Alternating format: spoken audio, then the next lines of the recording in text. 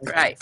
Okay, our next third speaker, I would like to pose the question to Secretary General, Mr. Nigel Wong. Yeah, the Federation of the ASEAN Travel Association, right, FATA, is the umbrella body for the National Travel Association within the Asian region. The combined number of the travel agents under FATA members exceed 7,700, serving a population of over 622 million people in ASEAN. FATA serves as a platform for members to discuss industry issues, address challenges, and monitor trends and engage with other organizations at the regional level to achieve the desired objectives. It provides a sense of ASEAN community for individual travel agents operating in the region. As Datuk KL Tan said, I hope to consolidate the effort of the travel agents in Southeast Asia in promoting and strengthening the region's position as a competitive, fresh, and exciting tourism destination. I am continuing the effort of the previous president and her team, which is marketing Southeast Asia as a single destination. And of course, MATA objective is to promote the interests of the travel and tour industry in Malaysia. MATA work closely with the Ministry of Tourism and Culture, as well as the Malaysian Tourism Promotional Board, which help to organize fairs, seminars, conventions, and workshops, both to create public awareness of the tourism industry as well as to benefit its members. Okay, Nigel, do you think there is some keen interest among the locals to visit heritage sites today? With COVID still looming and only domestic tourism industry is active now, what do you think is the current fate of the travel and tour agencies? I pass it to you. Thanks, Janet. Greetings, everybody from Malaysia. Just a quick and simple background first before we go into that question, Janet. First and foremost, I think as far as heritage sites and tourism, cultural tourism is concerned, there's been a growing focus on heritage tourism, not just among inbound tourists into the Southeast Asian region, but also among locals. So there's been a rising awareness for locals who travel domestically to actually go and see and visit these local heritage sites. Now we're talking during the COVID-19 period, of course. Now outside of that, the interest also does extend to sites beyond Malaysia itself. Now, the thing about heritage tourism is it has become a product that offers a more personalized experience. And it actually injects a new dimension into present-day tourism. And this is especially more so with the travel trend leaning more towards younger travelers, emerging travelers, and travelers at FIT basis, so frequent independent travelers. Now, of course, heritage sites also link very closely to cultural value. And of course, most countries Southeast Asia that are very, very really unknown compared to, say, parts of Europe where heritage tourism has long been promoted way before Asia became an up-and-coming tourism destination. There's an increasing awareness that the diverse cultural and religious heritage, ethnic traditions, and its historical connotations are very closely linked to the current heritage sites in Asia. Now, just a quick recap. UNESCO now has gazetted roughly about 38 heritage sites in Southeast Asia under its list of World Heritage Sites for their unique cultural values, historical background, and of course, unique landscapes. And this actually includes a lot of different types of attractions: temples, historic ruins, terraced rice fields, rainforests, gardens, so on and so forth. Very, very attractive to visitors. In Malaysia alone, I think some of our more well-known sites include the Moon Caves, Kinabalu National Park, and of course the historic cities of Malacca and Georgetown.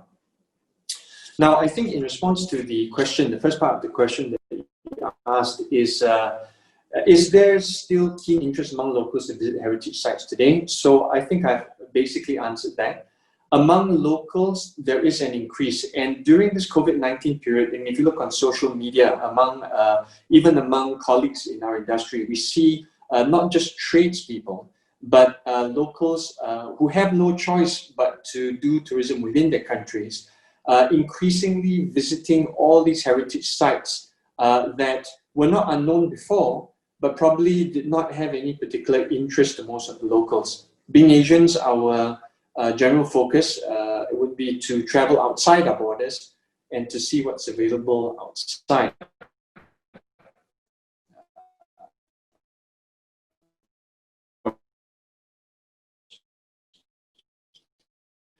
Now,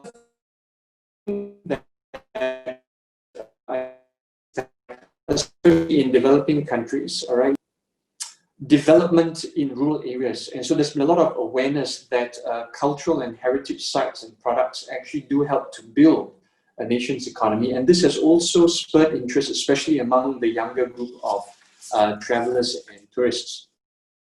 So it's become a very essential component for local tourism.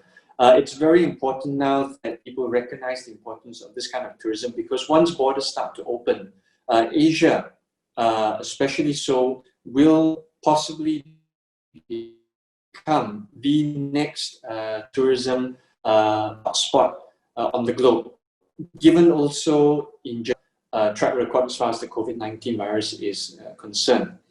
Now, I think we're also talking about VR and technology here. So in the sense of technology, and VR in particular, it is one of those new mediums that can be used more widespread by tourism players here to actually look at raising awareness and promoting a destination in a richer experience to markets once borders open that may actually sway their decision or pique their interest, so that it gives them an idea that, or plants a seed in them to say that, hey, you know, we've got these really, really interesting sites, interesting products overseas, you know, rich in all the things that we're looking for, especially on the Western market side. And that could very well influence the new trend of tourists inbound into Southeast Asia. So maybe a little bit of what the question was, but I think that the interest among locals is rising, it is keen. And virtual reality will help both local and overseas markets when the time is right and travel starts to flow again as normal. Now, Jen, in response to the second half of your question, with COVID-19 still looming and only domestic tourism active now, what is the current fate? Sounds terrible, but that's true. What is the current fate of travel and tour agencies? At MATA and at FATA, we prefer to take the view that the travel agencies and tour operators still play a major role in the tourism sector, and especially with the availability of new tools. Let's put it this way. Governments can only spend a limited amount of money, though they may have larger budgets than individual organizations.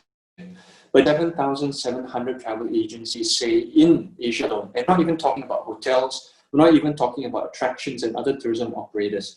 The combined spend, marketing spend, reach, influence into markets all around the globe is immense, it's huge. And unlike many years before, the availability and relatively lower cost of technologies is going to make it easier for travel agencies and businesses to promote specific products to the specific niche markets. So I would say that the fate of the travel and tour agencies is not as all bleak as what many people may think it is. Yes, we will have some collateral damage along the way. Yes, there will be people who will suffer. But at the end of the day, things will go back to normal. And the question will be, are businesses ready to capitalize on the tools that are out there to take advantage of the obvious potential markets that will surface when the COVID-19 situation normalizes. So, yeah, the travel and tour agencies do have a future, and especially so in Southeast Asia, where there is still a lot of unexplored potential in all 10 countries of Southeast Asia, of the ASEAN nations. So Janet, I hope that gives you a rough idea of where travel agencies stand at this point and what is in store for this particular segment of the industry in the future.